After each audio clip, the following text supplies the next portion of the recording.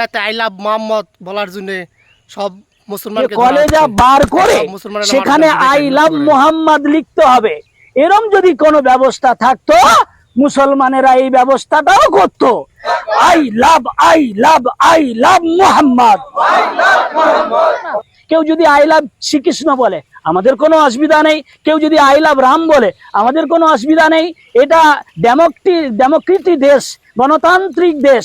এখানে BJP RSS high high high high আমাকে গালি দাও, আমার দাদুকে গালি দাও, মেনে নেব, কিন্তু আমাদের নবীকে গালি দিলে আমরা মানবো না।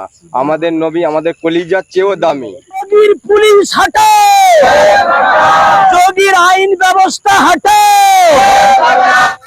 মোহাম্মদ আমাদের নেতা, যিনি না এলে জমিন আসমান কিছুই আমরা পেতাম না।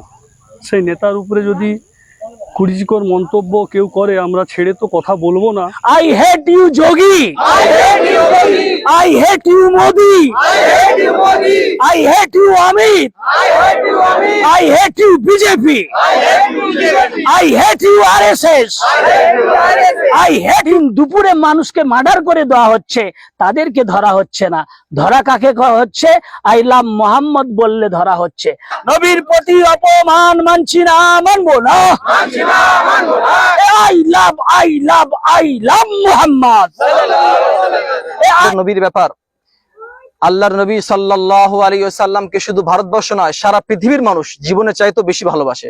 অতঃপর রাসূলের আই লাভ মোহাম্মদ লেখা নিয়ে ইউপিতে যে ঘটনাটি ঘটেছে তার বিরুদ্ধে গর্জে উঠলেন তাওহিদি জনতার সভাপতি মৌলানা হাসিবুর রহমান সাহেব। আমাদের নবী দিবসের দিনে সেদিনে ইউপিতে একটা জশ্নের জুলুস বের হয়। সেই জশ্নের জুলুসে মুসলমানরা তাদের জীবনের চাইতে, তাদের ধন সম্পদের চাইতে, তাদের পিতামাতার চাইতে এবং তাদের গোটা দুনিয়ার চাইতে রসুলকে বেশি ভালোবাসে।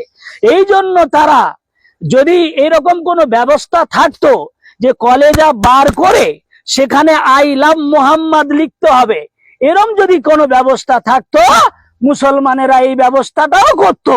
কিন্তু এরম ব্যবস্থা নাই। তারা কাগজের পাতায় লিখেছে আই লাভ মোহাম্মদ।